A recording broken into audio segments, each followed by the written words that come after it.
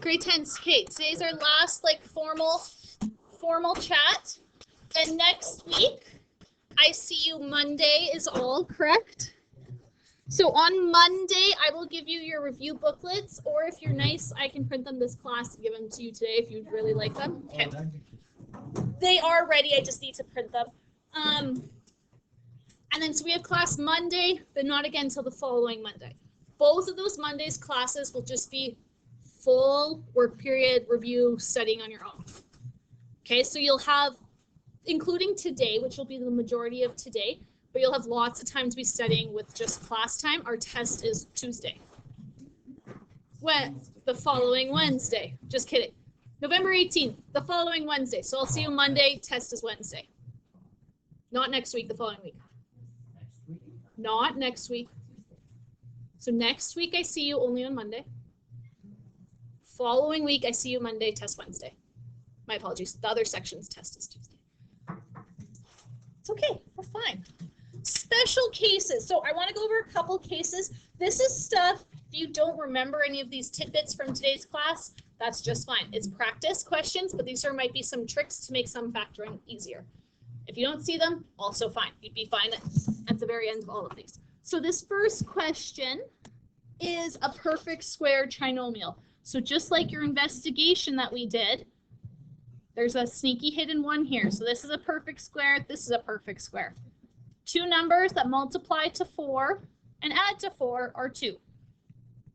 So I get a plus 2 times a plus 2. You should take this extra step of then writing it as a plus 2 all squared. Okay. This next question, also perfect square trinomial. 4 is a perfect square. 81 is a perfect square. Handy. So from here, I'm going to have 2x minus 9. 2x minus 9. Take that extra step. Square it all. Say on both these you didn't recognize that they were perfect squares because you were like in the math zone and totally forget it. I get that that happens. You're still just going to use the same properties of factoring. So it's just this could make your life slightly easier. You could forget it. You're still just going to factor them just the same. This next one, I would say this question is actually pretty easy. 49, the only factors are 7 and 7, or 49 and 1. Only factors of 1 are 1. So this one's also a perfect square trinomial, but if you didn't see it, it's pretty easy to factor.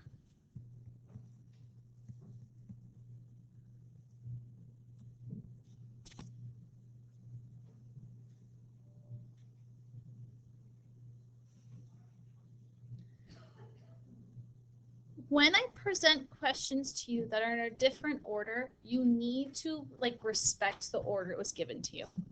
So your answer should be in that same order. So this next question has my constant first. So in your binomials, your constant should also be first.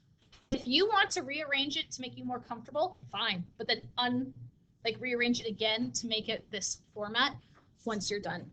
So the square root of 14 is going to be 4. Square root of 25 is 5. So this one's going to be 4 plus 5x times 4 plus 5x. So it's just like flip-flopped, right? I get that that makes us more uncomfortable. It's slightly different, which is slightly scary, but it's the same principle at play. So then again, you should make this all squared. We will give you a question. We will give you a question with fractions. We will give you one. We'll give you an easy one, but there will be one. When there's a fraction, generally speaking, you're going to factor out the fraction. Okay? Keep your life as simple as you can. So when I factor out 1/9, I think it's easiest to think like to go backwards almost with your division. So my first term, I'm still going to have a squared. 1/9 times what is going to give us 2? Good. So this is just going to be minus 18ab, right? So if you like pause we were to multiply back, we'd go 1/9 times 18, gives us 18 over 9, which is 2. Right, so you have to like think back to fraction operations in grade 8, but it's the same thing coming at play. Plus 9b squared. So what's 1/9 times blank equals 9? 81. So again, it's like 1/9 times something has to give us 9 wholes. 81/9 is 9 wholes, right? 81 divided by 9. That's what we're getting at here. Are we done? No. So then on this one, let me just write this smaller. 81 perfect square, 18 is 9 and 9. That's kind of nice. So I get a minus 9, minus 9b times a minus 9b. Don't forget that second variable. So easy to forget it. This next question is where the complexity really starts coming into play. And it's like a hidden complexity that you won't even realize you've missed a lot of the times. So a to the power 4 minus 1, 2 perfect squares separated by subtraction. So we get a difference of squares. So I get a squared minus 1 times a squared plus 1. You're not actually done though. A squared minus 1, this is another difference of squares. So what you're going to start seeing happening as you do more and more questions and like the difficulty increases, they'll be factoring within factoring. So if I was to factor a squared minus 1, I'm going to get a minus 1 times a plus 1. Then I'm rewriting the a squared plus 1. So there will be double dipping kind of thing within factoring when you get up to the higher level questions. With that, it'll always be difference of squares when it comes back a second time. Khalil? They're all slightly different. Some cases, though, it could end up getting a squared, though. Not in this one, but it is very close to it, yes. Jasmine, was that your question? Yeah. Go ahead, Claire. Because that's a plus sign. It has to be a subtraction sign. Since it's a plus sign, there's no way to cancel out your middle terms. Like that b value, for you to get it to cancel out, one has to be a positive and one has to be a negative, forcing our constant to be a negative. Okay, so like if it's possible. Yeah. Okay. Yeah. Is that one okay? So do you see what I mean? Like if you wrote this first answer, it's very easy to be like, yep, did it, moving on. So you have to take that extra kind of pause to be like, is there anything else? Am I fully done? The prompt is usually going to be the fact that you still have a squared term, like a variable is still being squared. That's a good kind of visual prompt, but it is something really easy to miss. And so you'll see like when I mark your test, I'll say like, you need to keep going. You're not done factoring. 4x squared minus 100. So there's two different ways you can factor something like this, and I just want to review it. I've been trying to really stress with you, we always should factor out our greatest common factor first. I'm going to go through if you didn't see it as well. So we're going to like split this into two methods. What is my greatest common factor here? 4. Good. So I factor out the 4, I'm left with x squared minus 25. Oh, that's a difference of squares. So then I get x minus 5 times x plus 5. That's your final answer. I would argue that's the simplest way to do this.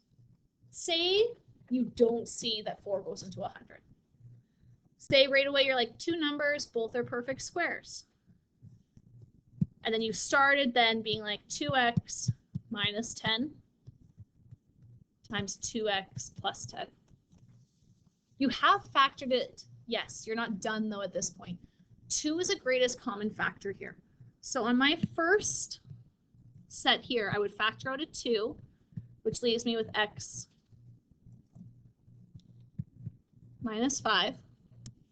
I can also factor out a 2 from this one.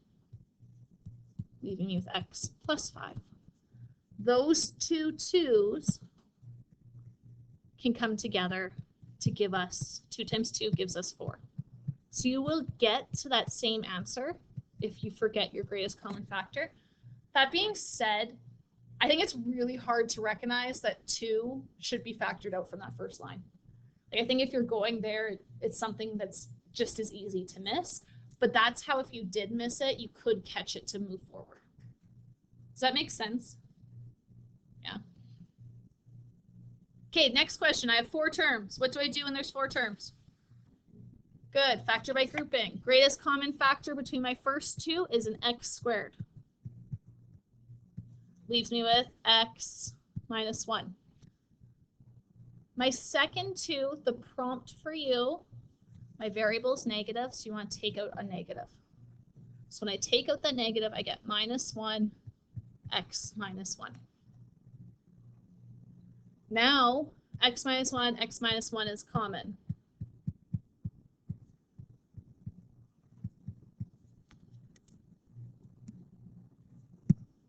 So x squared minus 1, those 2 went here. That's a difference of squares. So now we have factor by grouping and difference of squares in the same question. So x minus 1, I rewrite.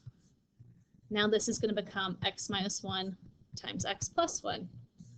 Oh, look, these 2 are the same thing. So then I get x minus 1 squared, x plus 1. A lot within one question. A lot of easy things to miss within one question.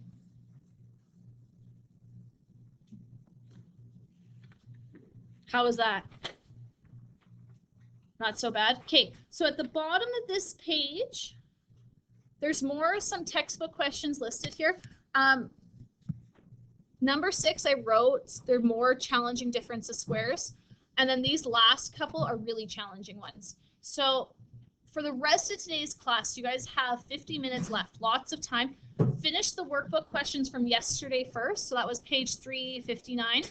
Then do these ones. I will print off your review booklets as well. So you can have it for the weekend if you would like. You don't have to do it, but I get that if you want them in advance. But I was suggesting your workbook first. I will have a solution key for you for your review booklet shortly.